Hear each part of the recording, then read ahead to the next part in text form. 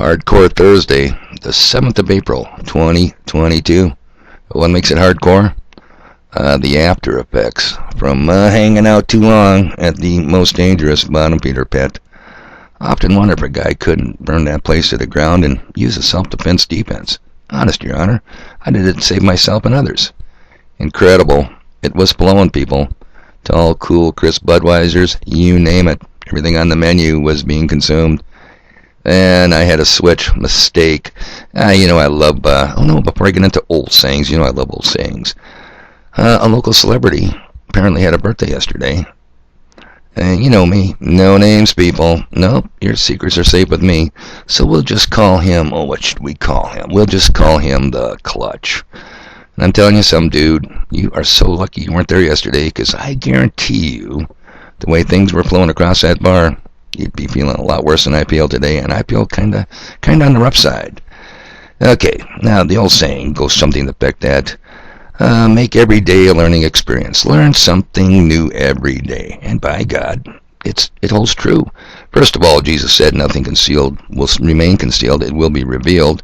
But I go down to the bottom feeder pit yesterday, and I learned more than one something. I learned, Zelensky good, Putin bad. Putin's a war criminal. And if you don't believe me, you can ask Joe Biden. He called him one. And I also learned something I'm a little bit suspicious about. Dead geese.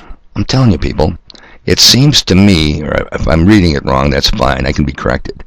But if you don't take a hunter with a shotgun and blow the son of a bitch out of the sky, the only way geese die is, yep, you guessed it, the bird flu. And you can tell by looking at them. Now, you don't have to waste any time with the RT-PCR test. Some state or federal official come out there and take a Q-tip and swab its asshole and do the old RT-PCR test on it and call it a diagnostic test when it's not. It's an amplifier. The creator of the inventor of the technology told us so many times. But nevertheless, don't let facts get in the way. Geese only die if it's shot outright by a hunter or if it's the bird flu. Okay, not going to beat that dead horse. I'm telling you. I guess we just will not learn from the last 2 years. And it's tragic. Because I get sucked down in the vortex with all the new believers. Yes, well, of course, they lied to us 2 years ago. Oh, okay, they lied to us last year. But now, they've turned over a new leaf. Now, they're telling us the truth. Right, they are. Inevitably, when one sits there with the zealousness and the glee of bashing 501(c) state churches, and I don't discriminate, people. I don't care if you're Catholic. I don't care if you're one of the hundreds of different Protestant denominations. Yeah, you come in my target zone, you get bashed. So that leads inevitably to a question that shows individual thinking. There are people out there who can still form a thought. And they will ask you, well, what religion are you then? People, you don't get it. It was never about religion. Organized religion. Organized in a Masonic pyramid. Control at the very tip. Filters down, handful control. They take in the whole broad base and lead them. Like 2 fingers on your nostrils wherever they want you to go. And they get you to believe everything the Bible doesn't say. And it's tragic. So, inevitably they ask me, well, what religion you? I said, religion is not important, people. It's a relationship with the Creator, not a religious dogma. You got to cross the T's, you got to dot the I's, you got to do the sign on your chest, you got to put the ashes on your forehead, you got to bow to the statue. Yeah, no, it's none of that. But I'm not going to go there either. Suffice to say, I just tell them, look, I'm not religious. I'm into a relationship. Makes sense, doesn't it? I mean, wouldn't you want a relationship with the Creator? That's all the preaching I'm doing today, people. Just common sense.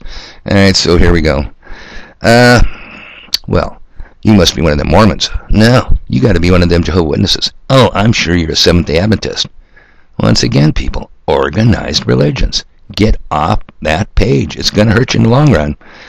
Now, if you really want to get under my skin, and this may shock you, you really want to, you won't piss me off, and you really want to hurt my one feeling, call me a Christian. What, Dave, a Christian? Isn't a Christian just someone who follows the teachings of Christ? No, not never. A Christian is someone that is deceived by the very scriptures they claim to preach and teach from. Unbelievable. You want some evidence why I'm not a Christian? Well, let's go over here to, hey, doesn't matter who said it as long as it's true. I know some people don't like Tucker Carlson, but he's doing a bash to the old Mitt Romney. Yeah, the stupid effing Mormon from Utah. Here we go.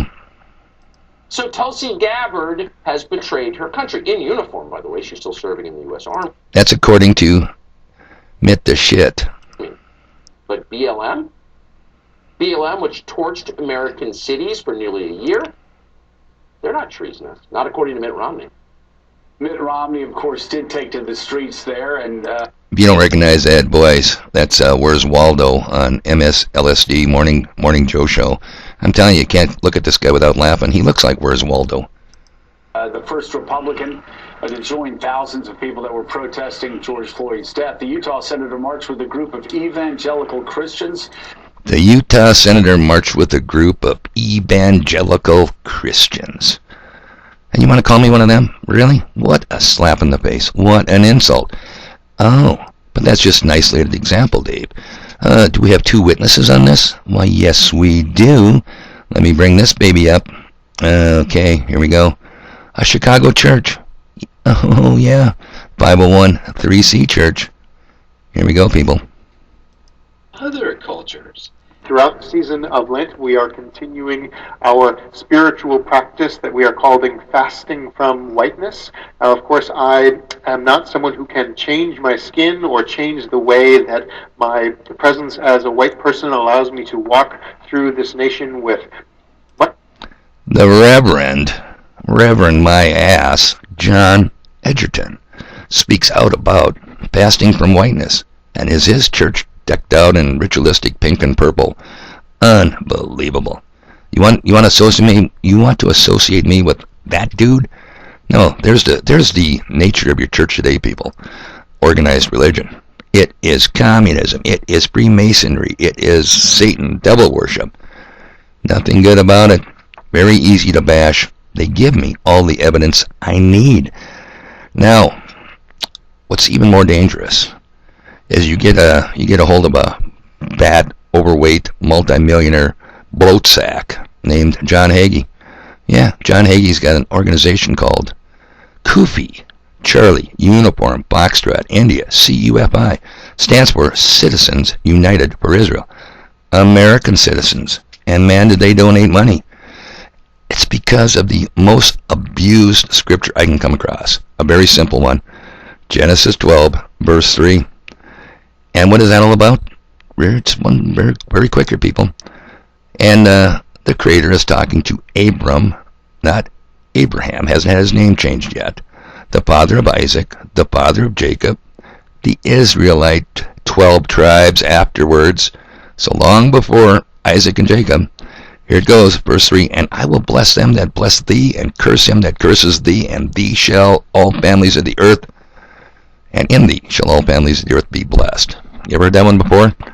There is an evangelical outfit out there that doesn't use it. They throw it in your face.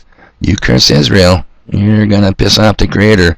And America is a blessed nation. Why? Because we support Israel. Don't doubt me on that. Just a few seconds of the windbag. Here we go. The blessing of blessing Israel brings a supernatural prosperity to the person, to the church, to the nation that truly blesses the Jewish people. Oh yeah. Don't call them on that one, people. Look around you. If this country was blessed, boy, I mean, where do we want to go here? I'll just flat out ask you. Do you feel the blessings, people? Yeah, I sure don't see them. I can't find them. What are you calling the blessings? I think the Bible would call them curses. We are now calling curses a blessing. But it sells. Okay, it's interesting I bring up windbag John Hagee, multimillionaire fat bloat sack, who has been richly blessed by blessing Israel. Because, did you catch True News from the other night? Just going to give you a little teaser, people. Just a little teaser. Keeping this audio short. Alright, here we go. Could Ukraine become the new Israel? As wild as the idea sounds, we're going to show you news articles that discuss that very possibility.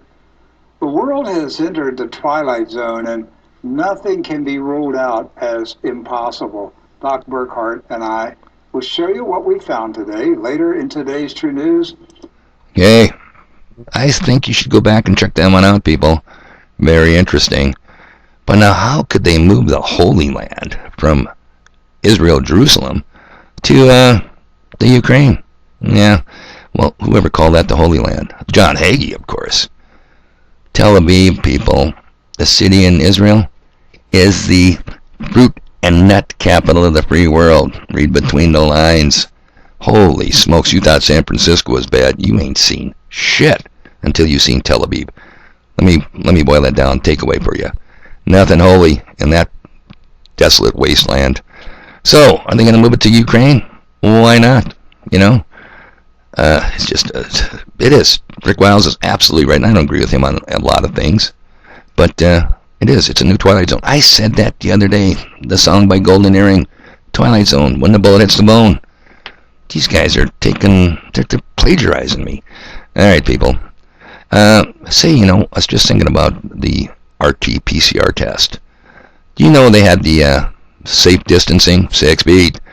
Why? Because a sneeze can travel 6 feet. I guess Mythbusters said, no, wait a minute. I think a good sneeze can go 20 feet. Actually, if you want to spread molecules of snot around, 6 feet. So, you cover your mouth and your nose. The sneeze comes out of your mouth, people. Oh, doubt me on that one. Pure biology. When they do the PCR test on the unwilling victim, why don't they swab the mouth? Why do they have to take a 10-foot effing Q-tip, stick it all the way back through your sinus passage to the blood-brain barrier, and swab that area? Couldn't they get it out of the mouth? Just gonna leave you a little food for thought, people.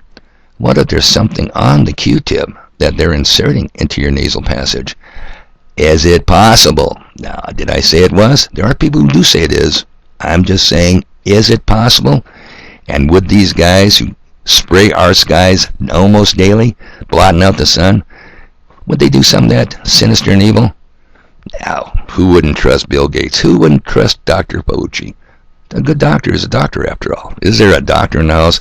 People, what a learning experience. It's going to be a long day, because I don't feel real good at the moment, and I got a pile of stuff to do.